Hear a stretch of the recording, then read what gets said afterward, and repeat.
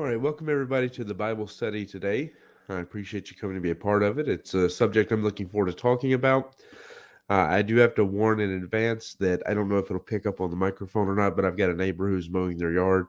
They started just a few minutes before we were going to start.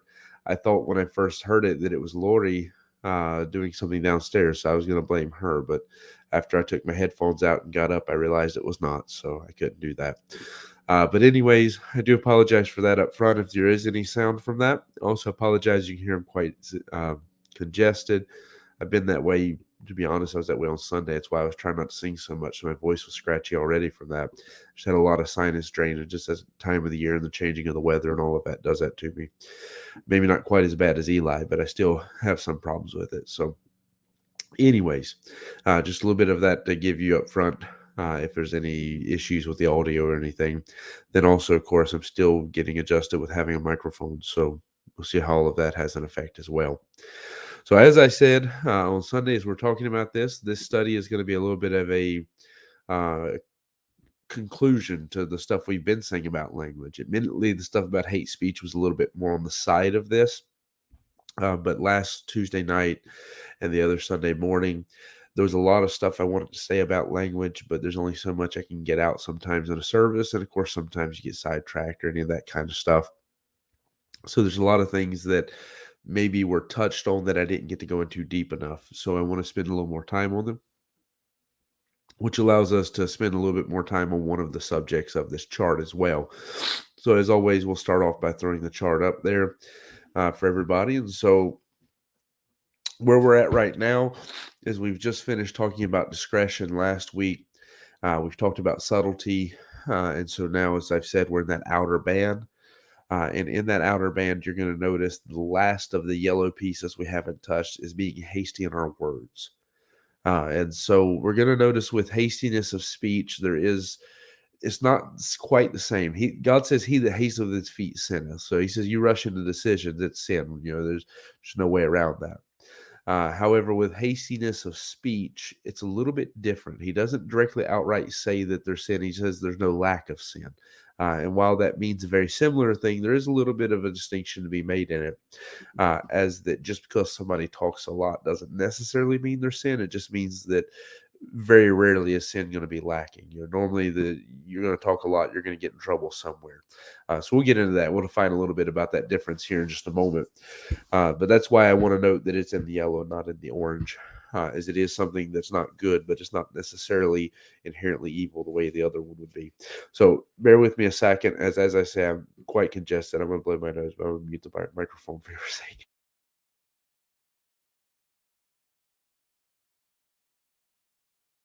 Hopefully I took some medicine that'll kick in and we won't have any problems out of that the rest of the service. All right, so Proverbs chapter number 10, I'm going to read several verses, but we're only really going to focus on one. I'm going to give you the ones around it, though, because they do show you how important speech is in terms of intelligence and so forth. So Proverbs 10 and verse number 18 says, "He that hideth hatred with lying lips, and he that uttereth a slander is a fool." So, your first thought here is that, if we're going to lie to hide what's really down inside of our heart and the hatred that's there, then we're foolish. And he says that if we utter a slander, which essentially, would be to lie on somebody, then we are a fool. So you see foolishness is connected to bad speech. Then verse number 19 is going to be our key verse to all of this. It says, "In the multitude of words their sin wanteth not," meaning it doesn't lack. But he that refraineth his lips is wise. So we already see here that being careful with your words and not just throwing words out freely without thought is an attribute of wisdom. Whereas people who just talk and talk without thinking about what they're saying, God says that sin is going to creep in. There's not going to be a lack of sin there. So that's why I say there can be an example of somebody who talks a lot, like, for example, somebody who has their job, a teacher, a preacher, something of that sense. That doesn't necessarily mean that they're sinning because they talk a lot. It's not a sin to talk. It's wrong. The sin creeps in when we start to talk without thought. We start to talk freely, or we talk too casually. We don't give thought to our words. And I'll show you there's specific places too where much speech leads to sin. All right, then verse number 20, the tongue of the just is as choice silver. So, the tongue of the one who's just with God, legally correct, their tongue, he says, it's like choice silver. And the heart of the wicked is little worth. So remember that out of the heart's where speech comes. So it's relevant that he talks about the heart here, but he says that the heart of the wicked is not worth much, whereas the tongue of the just, which is again just going to be reflecting what's in their heart, is worth as much as choice silver. And so then he says, the lips of the righteous feed many, but fools die for want of wisdom. So someone with righteousness, they teach. That's what I believe he means when he says feed many here, because he's talking about feeding from your lips. And how do you feed somebody with your lips? You talk to them, you teach them, you instruct and help them. So he says that, someone who's righteous, someone who's right with God, that person's going to try to help as many people as they can with their words. But a fool, because of their lack of wisdom, is going to die. It kills them. So that brings us into our primary thought of this message, and that is the sin of hasty speech. That more often than not, if we're quick to speak, we're also going to be quick to sin. The two things do tend to go hand in hand together. Again, there are times where a right answer is the right thing. That there's a time to give an answer. There is a place for that. So it's not that it's wrong that you answer questions. It's not that it's wrong that you that you talk about things and so forth. He just said that someone whose heart is right with God, they're going to feed many people. They're going to try to teach and help as many people as they can. But with that, there should come a carefulness to how you speak. There should come with that a desire to make sure your speech is pleasing unto the Lord, and also that it's gracious and edifying and all the things that God teaches us speech should be. So we note that when it comes to our speech, the biggest reason when it becomes sin is when it's not edifying, not gracious, not these things, when it's not, you're not putting the proper thought into it to try to make it what it should be.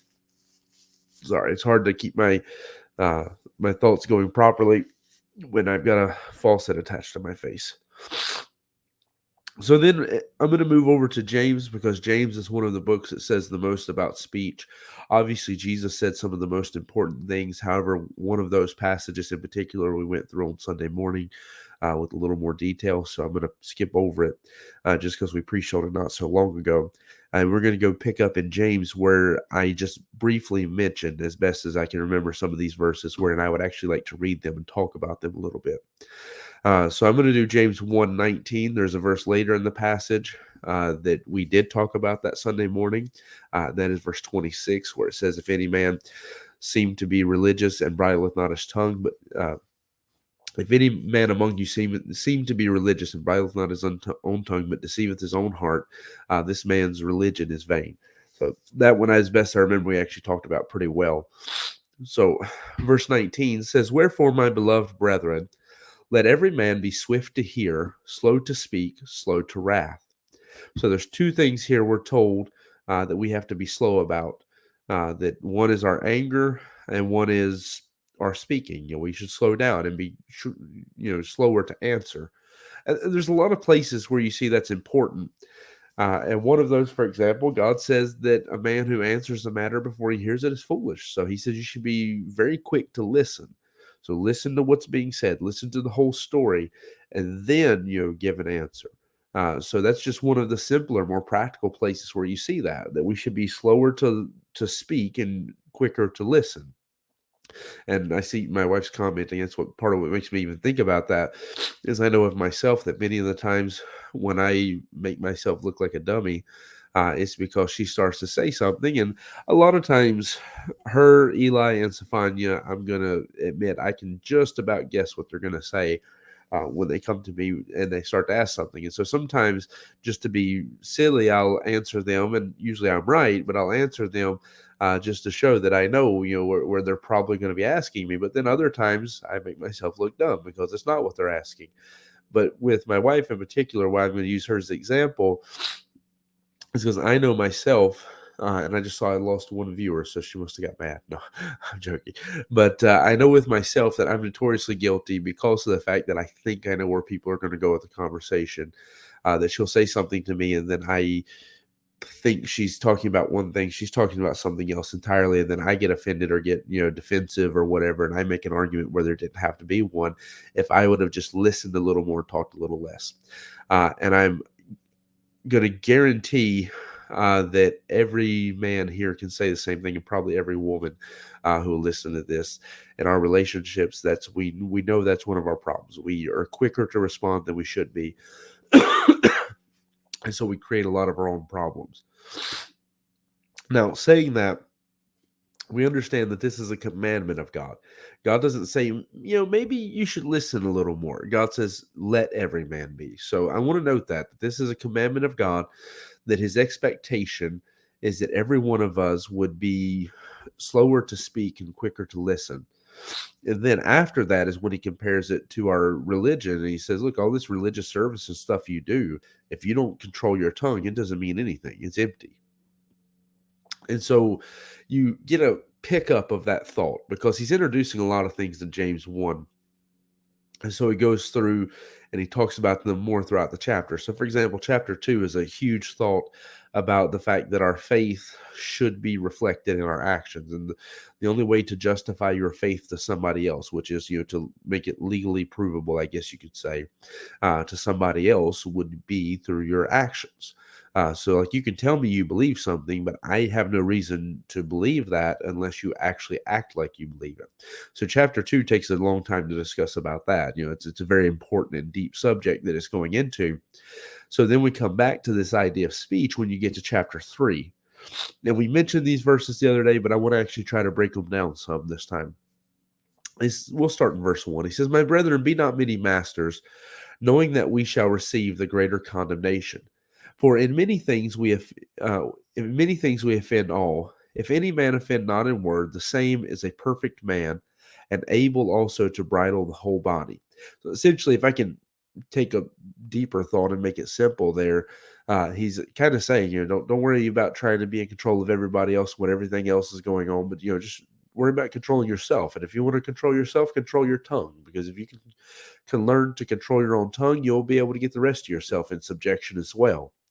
And then he goes on to discuss this idea. He says, behold, we put bits in the horses' mouths that they may obey us, and we turn about their whole body. Behold also the ships, which though they be so great and are driven of fierce wind, yet they are turned about with a very small helm, whithersoever the governor listeth. Even so the tongue is a little member, and boasteth great things. Behold, how great a matter a little fire kindleth. So here he's setting up a couple things. Oh, Lori, I got distracted because I cut back to the screen. I see the comments now, and I see Lori gives her favorite quote, if you were quiet, you could be a philosopher. And so the idea is it appeals to a verse we're going to read. That's it. When the fool holdeth his peace, even he's counted wise. But anyways, what I look at in this passage is he's telling us that if you could learn to control your tongue, you could master the rest of your body. And he compares it to, for example, you control this massive ship with just this little wheel that you use to turn it, and that little mechanism that goes back and stirs it. And he talks about you take this massive horse and you control its whole body just by putting a bit in the mouth, which is a very fit application for what he's talking about here. And then he sets the stage for why this is so important by saying how great a matter a little fire kindleth. And so the point is that fire may be small, but a little fire can do a great work and spread very far if nobody tries to manage it. And he's setting it up as the idea with our tongue, that if we can control the tongue, it takes such maturity to do that you'll be able to control the rest of the body. However, it's a very dangerous thing to mess with when you start talking about the tongue. So let's keep reading. Verse number 6 says, the tongue is a fire, a world of iniquity. So is the tongue among our members, that it defileth the whole body, and setteth on fire the course of nature, and is set on fire of hell. For every kind of beast, and of birds, and of serpents, and of things in the sea is tamed, and hath been tamed of mankind.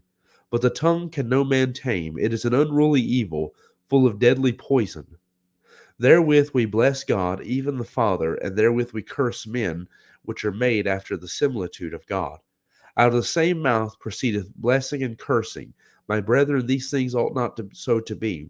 Doth the fountain send forth at the same place sweet water and bitter? Can a fig tree, my brethren, bear olive berries?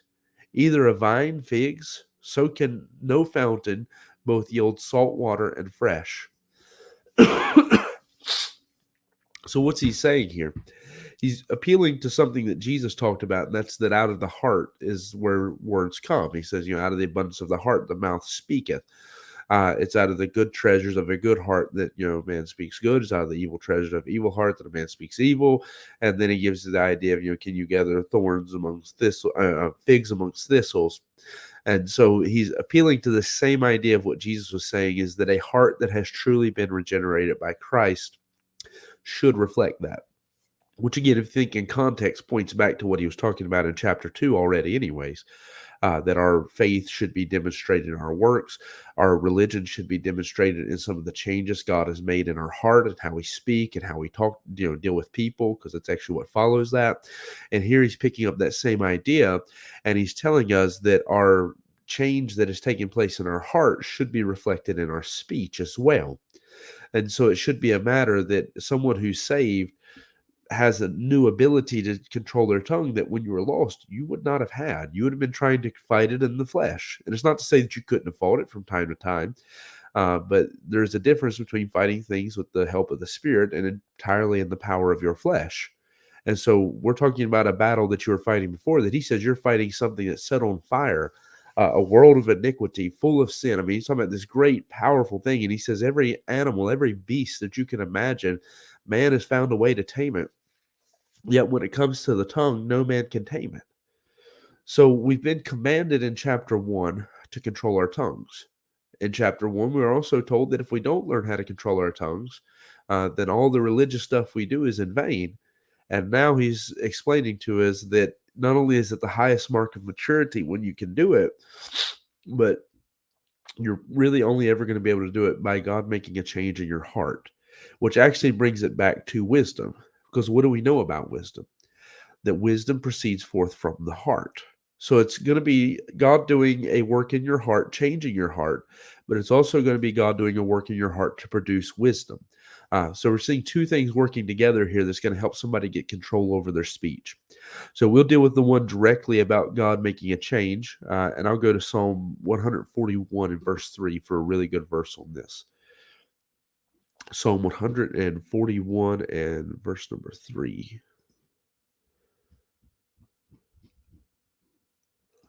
All right. It says, set a watch, O Lord, before my mouth. Keep the doors of my lips. So this is David asking God to help him. This is David realizing that I'm not capable of taming this beast all by myself, that the tongue is far more powerful than I could contend with in my ability. So he's asking God to help him. He says, set a guard around my lips, to guard my tongue, protect me from saying things that are bad. And so this is asking for the necessary help we need from God. So this is one measure of defense. If we're going to protect ourselves from using bad language, if we're going to be more careful about the way we speak, one line of defense is simply asking God to help us. It's looking to God to help us to get the ability to control our speech. However, if we're going to look at the other line of defense, it goes back again to that idea of a change that's being produced within the heart. And there, I'm going to mostly look at it in terms of wisdom. Of course, we understand in terms of salvation that God changes a great deal about the heart, but this is a study on what is wisdom. So we're mostly going to look at it from the side of wisdom right now. But Proverbs 17, verse 27 and 28. We read these verses last week, I believe, but again, it's one of those things where a lot of these verses, we just kind of had to hit them and keep going. So Proverbs 17, verse 27 and 28. He that hath knowledge spareth his words, and a man of understanding is of excellent speech. Excellent spirit. Even a fool, when he holdeth his peace, is counted wise. So this is where Lori's saying that she put in the comments, that you can be counted a philosopher if you, hold your peace. That's what she's talking about, is what this verse says.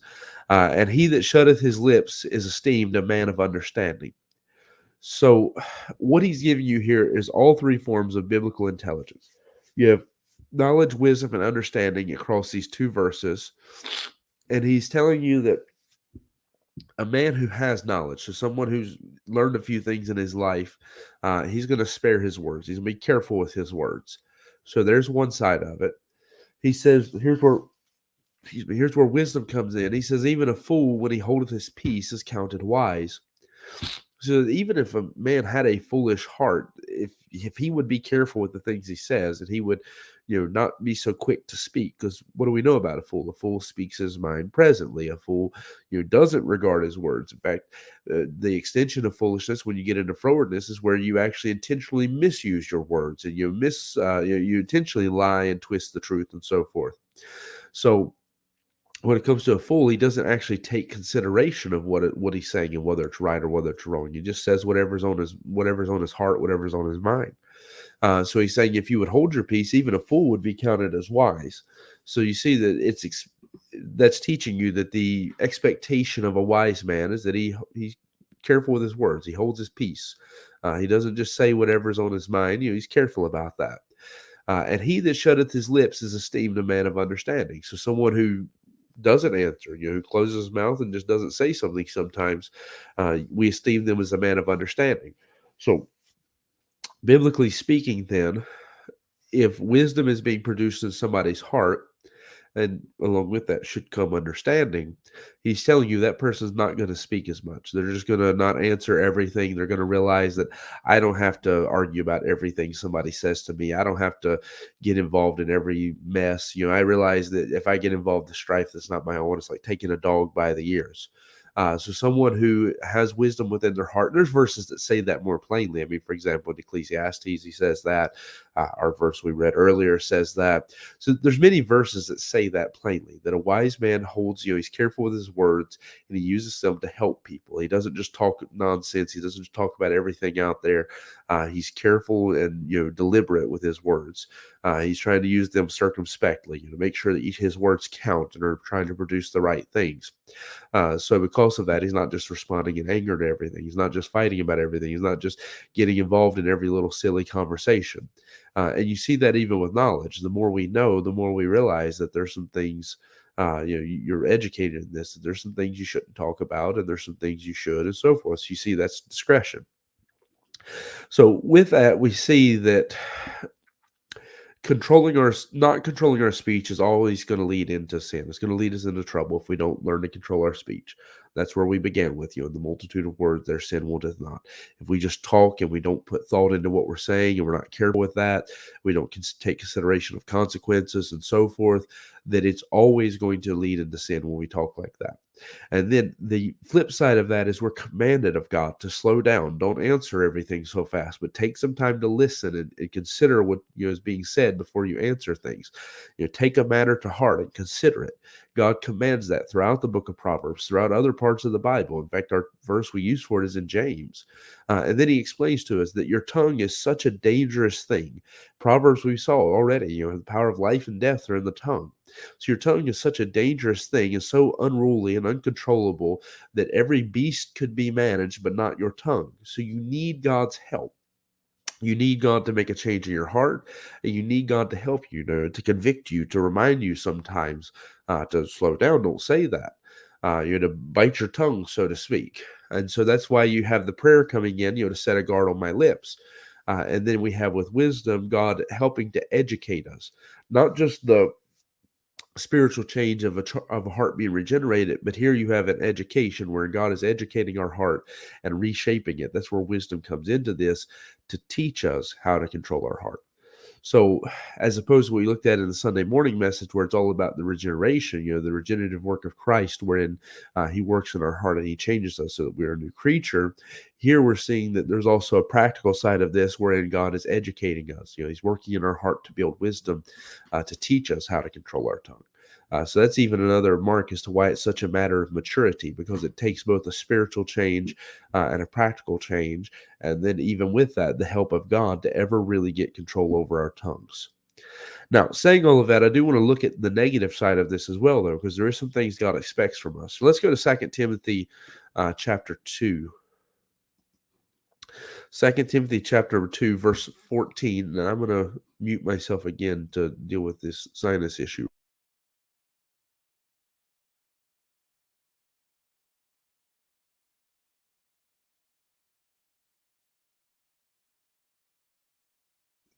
All right, so Second Timothy chapter 2, verse number 14. Again, I apologize for having to pause for that. I took medicine. Doesn't feel like it's helping yet.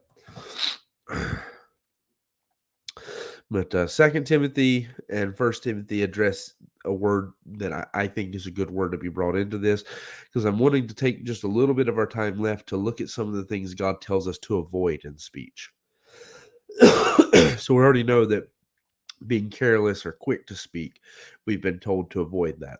With some other things that we're told to avoid, some other places where in speech could become wrong or become sinful.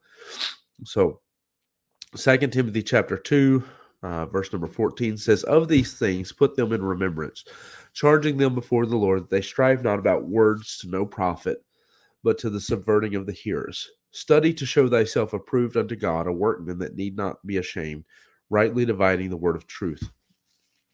But shun profane and vain babblings, for they will increase unto more ungodliness, and their word will eat as doth a canker, of whom is Hymenaeus and Philetus,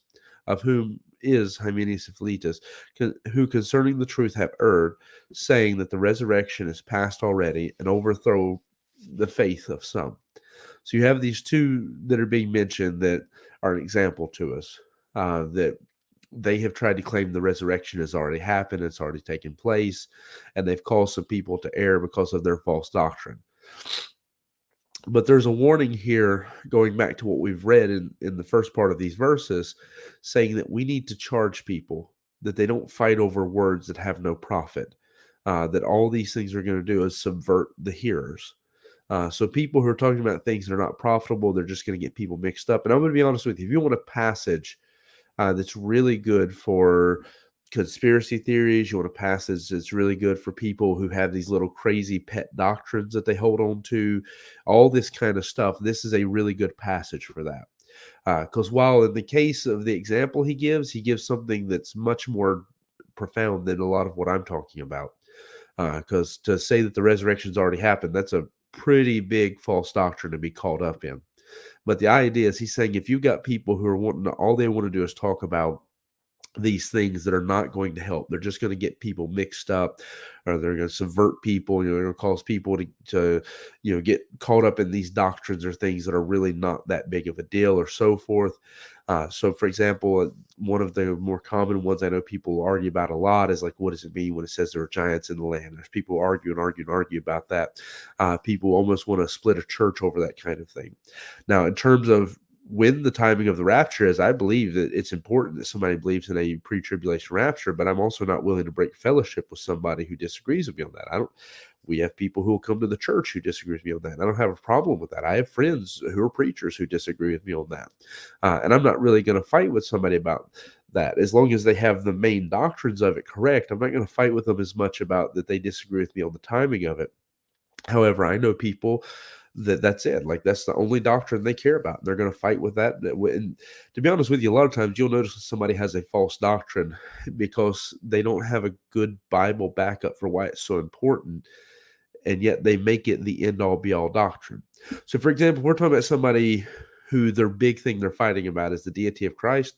I'm not going to criticize that at all, because that's one of the key fundamental doctrines of Christianity. If you have somebody who's arguing about the Trinity, sure, have at it. About salvation by faith, have at it. Eternal security, have at it. I'm going to support a lot of those kind of things. Somebody's arguing about the purity of the Word of God. Those are things that's fine. But when you get somebody who wants to pick something that's not going to be a doctrine that's really you're going to affect people's salvation or so forth. It's not a key fundamental doctrine that's going to reshape your entire view of the Bible or so forth. And people want to argue and fight about those things. It shows you that that's somebody who is, as he's talking about here, they're babbling. They're not actually using their word to do anything of profit. They're just using their words in a way that's unprofitable, a way that's causing people to get mixed up and disturbed in their faith, getting turned away from truth even a lot of times. And so he's subverting the hearers is the way he phrases it. So one way in which we're told not to use our words is in a way in which we're speaking to no profit. We're just arguing about things. We're talking about stuff that you can't even prove. There's not enough Bible to justify arguing about this. That's why I know some people get offended because I won't argue a lot of times on stuff. Somebody has a question they want to learn, I'll talk to them about just about anything. But when somebody wants to come in and they want to argue with me about their pet things, so right now there's certain hot buttons, and I don't want to necessarily tackle any of them individually because I know there's people within our church who believe and hold to some of them. That's why I went with the Giants, I guess, because it's the only one that I don't have anybody I know personally who wants to argue about it. But when you have these doctrines that people want to hold on to, when it is, you know, and I'll take this one because this is one that's not an attack on anybody individually, but it's a big movement right now. And that's like, for example, the flat earth movement. Well, I preached on Sunday. I gave a good reason why the Bible doesn't really seem to support that. Now, they're not going to agree with that because it requires too much Bible study to understand everything that I said. And so that's why a lot of times you lose people is because they get one verse and they hold on to it and they just want to fight about that verse. And that's what I've learned. When somebody wants to talk to no profit, if they're not trying to actually learn, they're just trying to argue, I drop that. I don't talk with people who want to argue about stuff. That's why I say sometimes people get upset with me because I don't want to argue. They say, "Oh, it's the truth," and don't you believe the Bible, and so forth. But in reality, yeah, I believe the Bible. I'm just not willing to believe somebody's opinion on the Bible over what I know about the Bible, and I'm not willing to argue with them in a way that's not profitable. That's just going to subvert people or cause problems. So that's why these kind of things need to be dropped and left out of church many times. Now, the reason I mentioned earlier, 1 Timothy 6:20 is because he actually adds another layer to this idea. Because right now we're thinking about it more in terms of doctrine, like people have these pet doctrines, and there are so many good examples of this that I'm just not really wording it or correctly. I mean, there's a lot of great examples of what I'm talking about. If because every church I know, you'll find somebody who has like this one little doctrine. They think they're the only person in the world who's ever got this when they read the Bible, and sometimes they're right. Sometimes they're the only one who did get it because they're wrong. Sometimes it's a doctrine of some great cult or something, and they just hold on to this and they want to argue with everybody about it. But that's what we're seeing in Second Timothy. But in First Timothy, he actually adds another layer to it. And that's why I compared it to conspiracy theory stuff. Is because he says, "Old Timothy," in this First Timothy 6:20, "Old Timothy, keep that which is committed to thy trust, avoiding profane and vain babblings and oppositions of science, falsely so called." So he's saying people who come to you and they always want to argue about stuff from a scientific side. Well, science says this, science says that, which we're going to see does come into the doctrinal side of stuff. Some of the stuff I've even talked about is going to be argued on a scientific level. But they want to come to you all the time and talk to you about extra biblical things and argue with you about the stuff. He's saying to avoid them, to avoid the people who come with the babblings and stuff like that. Now, some other verses I didn't write down because I ran out of time just due to the stuff on my sinuses and trying to get some medicine and stuff to calm that down. And when he talks about avoiding those questions that just gender strife, if people who just want to come with foolish and unlearned questions that just gender strife and just cause problems, he says to avoid that. Even at some point, he says when you have somebody who's just constantly bringing stuff up that's not profitable and it's just trying to cause division and it's not edifying, it's just making problems. At some point, if you actually follow the thread of what doctrine says about it, he says to mark that person as a heretic at some point, and even to deal with church discipline.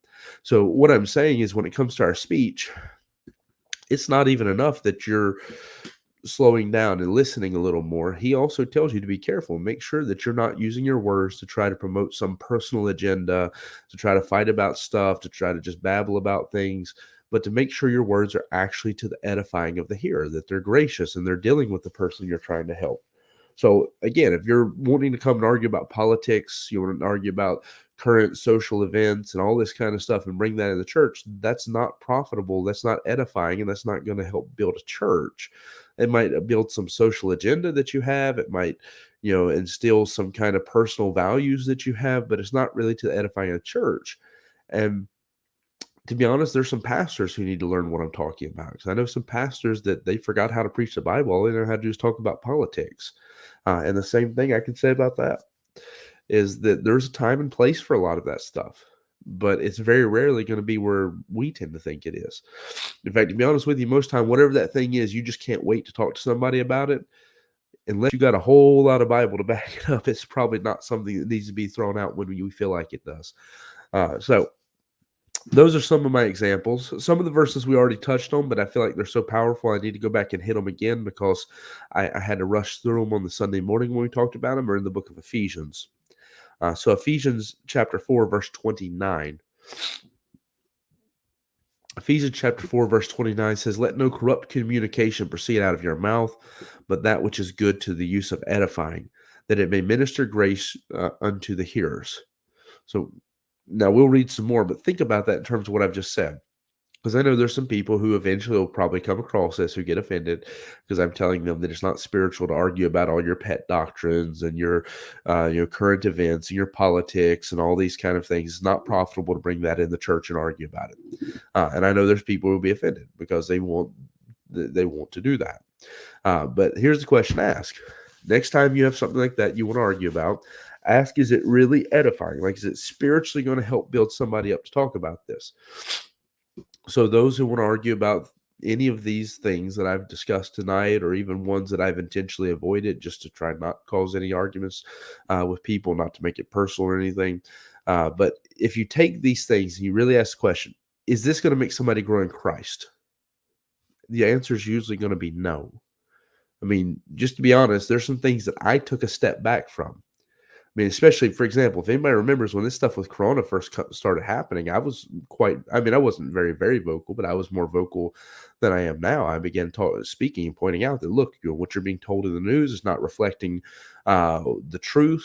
And then I just realized something, that if I want to edify people, it's okay to bring that stuff up in the right context.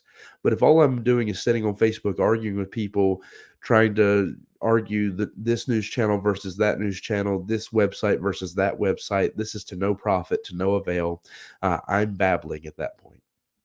Instead, what I realize, if I want to edify people, let's go to the Bible.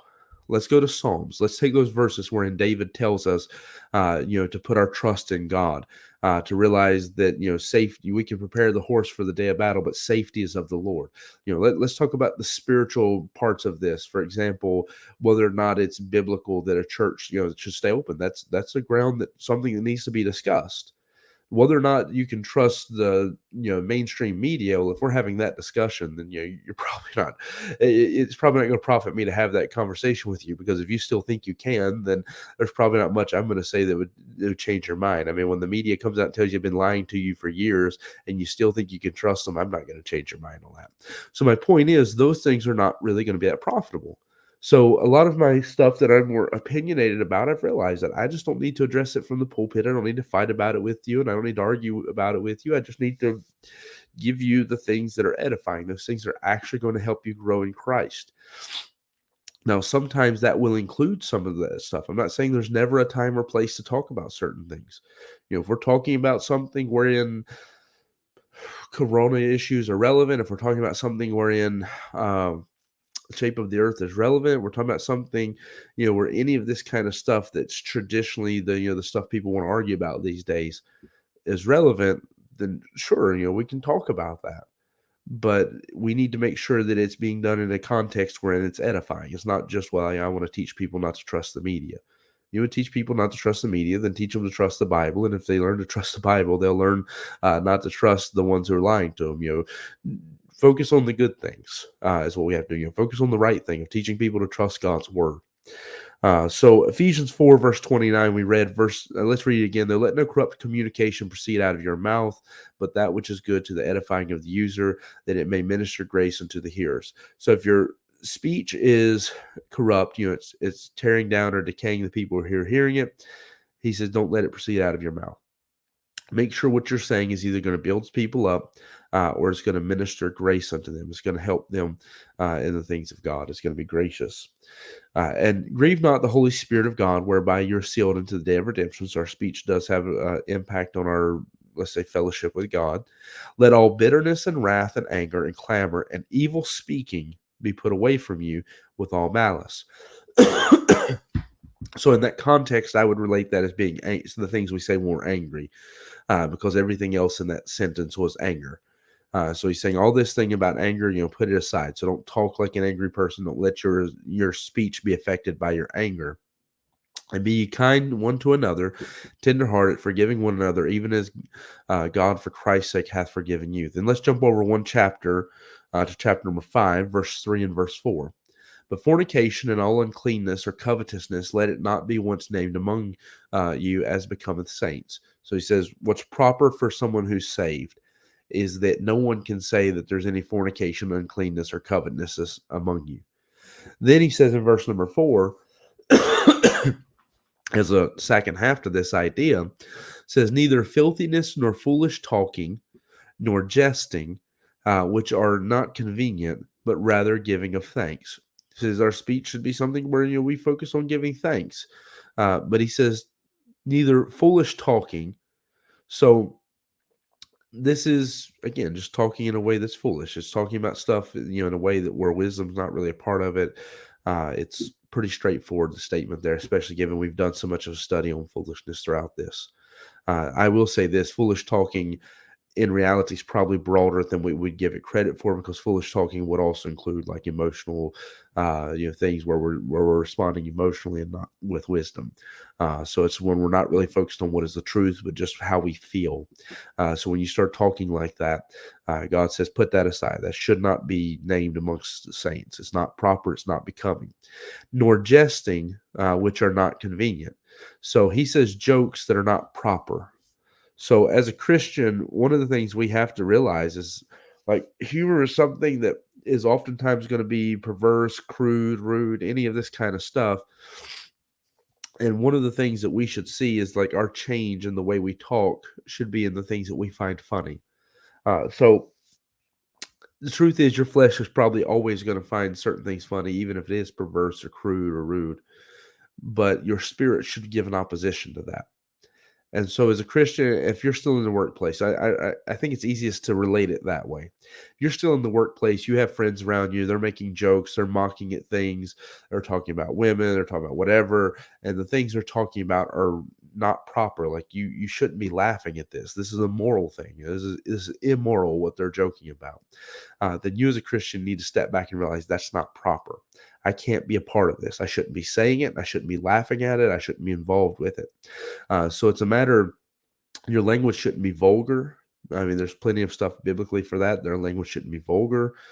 We should talk in a way that's becoming of Christ. Our speech should be gracious, but also that the way we joke and the way we talk and the things we express to people, they shouldn't be things that are going to be unbecoming of Christ. So as a Christian, your humor is one of the places that should reflect this change in your heart as well. It's not just what you say when talking serious, but also the things you joke about. And for me, I think this was one of the ones I probably struggled with more, because like bad language, God took it away from me relatively quick after I got saved. The way I spoke in anger, I still struggle with this some in the way that I think most people do. However, God helped me to make a dramatic change in that compared to where I was before I got saved. So those are things that happen quite quickly. But my humor, the things I thought was funny, I found sometimes that I was compromising on my morals and on my integrity, and I was hurting my testimony, not by what I was saying in the serious moments or the way I was talking from day to day, but the things I said when joking, the things that I made a joke out of that should have been taken seriously, the things that I laughed at that are not funny. So just to give an example, I mean, somebody's making a joke about God that should never be funny to you. Somebody's insulting God. This is one. I mean, the more I grow, the less stuff I find funny. So I see people who will share a joke on Facebook, and there's one that I think it irritates me just by how dumb it is. That you'll see two men fishing, and one of them is calls the water to part to keep the other one from catching fish, and it says something about Moses. And it shows you there's multiple layers of ignorance in that joke. One is that Moses didn't part the water just because some great ability he had. It's not that he just walked around parting every water he came to. The water parted because God parted it. But the fact that you're taking this character who there should be some degree of reverence to. I mean, we shouldn't worship him or put him up too high on a pedestal. He was a man just like any of us. But we should, at least be a little bit respectful. And you'll have people, making a joke that he's going to part the water to keep another guy from catching a fish. That was not as egregious. I guess the one that probably bothers me more is the one wherein you see, as a baby, they're trying to dip him in the water and he parts the water. Or sometimes it'll be Jesus, they're trying to put him in the water, but they can't push him down because he walked on the water. And at some point, You go from making an innocent joke to a dumb joke to a joke that's blasphemous, especially when you start making jokes wherein you involve Jesus, because Jesus' character is one that we shouldn't play with. And to say that he'd be disobedient or rebellious in any way is sinful. So my point is, you have layers of where the problem comes. Sometimes it's just a dumb joke. Sometimes it's a irreverent, it's disrespectful to God when you make the joke. Sometimes it becomes sinful when you make it. But you have to consider that. If your joke again involves using bad language or talking about things that are perverse, you shouldn't be making jokes like that as a Christian. And so there's a lot of things here that we have to unpack, and it's just something we have to take consideration about ourselves. Is the change that has been made in our heart should radiate outwardly, and it should be seen in the things that we laugh at, the things we laugh about, the things we say to be funny. It should be seen in the things that we want to discuss. Going back to the stuff I was saying about babbling, and so the things that you want to discuss and you're passionate about and you want to argue about, and you want everybody to know this. One thing that should show about your relationship with Christ is that you're focused on the right stuff. If all I want to argue about is worldly things and politics and little pet doctrines that I have no Bible for and all that kind of stuff, then it shows me a lack of maturity on myself spiritually. It shows that I'm still not spiritually mature enough to realize what things are worth fighting for and what things are worth my time. That I'm more focused on carnal things than I am spiritual things many times. So that's why, like I said, maybe it sounded like I was harsh a minute ago dealing with it, but in reality, it is a harsh thing because what we talk about, what we argue about, what we joke about, all that stuff shows us where our heart is. And so, what it really comes down to is that our speech should be something that it's done to be gracious. We should be gracious with the way we speak to people, but also that it's done for the use of edifying. And this should be something that's reflecting what Christ is doing in our hearts. So I'm going to give a second. If people have any questions they want to type in or anything, I'll give you a moment to have time to be able to do that. But in reality, the main thing to take away tonight is understanding that our speech is hard enough to control. It's nigh unto impossible to do it by ourselves or in our own power. It's a fight that you'll just constantly struggle against. But what I can say for each of us is that when somebody gets saved, first of all, that creates regenerative work in your heart, wherein you have a new ability to fight that. That should be accompanied by God producing wisdom within somebody's heart that helps you to educate you to be able to fight the bad speech. And then also there should be a relationship between you and God wherein you're looking to him for help to overcome bad speech. And then some places where practically we begin to see that is primarily it's going to be that we're careful with our words. We don't just throw words out loosely. We don't just treat it as if it's a small thing to say something. We treat it as a big deal. So we're careful about what we say because we realize it's important what you say. But then by extension, you see that comes into like the things that we're passionate about, the things we want to discuss, the things we want to dive into and talk about more. We see that it's also many times going to be in the things we joke about and the things we are willing to make light of and so forth. So yeah, Savanya says he had to take back his comments at least 3 times. He had to backspace. So I appreciate that. I guess it means at least somebody was taking it to heart. But anyways, I do hope it's a help. I know for me personally, it's something that I need as much as anybody, that we need to set back. In my personal relation, I know like in my relationship, especially with home and stuff, I need the part about not being angry, not being so quick to answer, but slow down and listen sometimes with wife, kids, all that stuff. I know that. I think I'm in a place where, in general, I do pretty good about not wanting to argue about and invest all my time in fighting about things of no profit. Sometimes with jokes, maybe we all struggle some more than we'd probably admit, but that's something that God's convicted me about enough. So I see we're all at different places. The thing you struggle with more may not be the one I struggle with more, but there's layers to this, and each person listening to this or who will listen to this struggles with one of those layers, with one of those points within this. Either we are not careful about what we say, we're not listening enough, we throw words out in anger. We are talking about the wrong things, we're laughing about the wrong things, but somewhere we're all struggling with our speech. And that's where we need to let God do a work in our heart to change what we find funny, change what we want to fight about, change the way we listen and the way we answer and all that stuff. All right. Now, with that said, I don't see any more questions coming in. I appreciate those who are here for the study. We had a good number of people coming in to be a part of it at different points. And so I appreciate you being here to be a part of that. Hope it's been a help to you. Hope other people will come across it and be helped by it as well. And we look forward to people being in church tomorrow, as tomorrow we'll be taking more look at Melchizedek. If you missed the last message about who is Melchizedek, you probably want to watch that before tomorrow, because it is relevant to tomorrow's message. Like I'm going to jump straight in, assuming that you know why we believe Melchizedek was Jesus, appearing there in the Old Testament. So if you don't want to be left behind getting into the message, you probably want to go back and catch the last one. All right, but thank you anyways for being a part of it. Hope it's been a help to you, and hope that it's an encouragement in some way. But we'll go ahead and close out the live stream.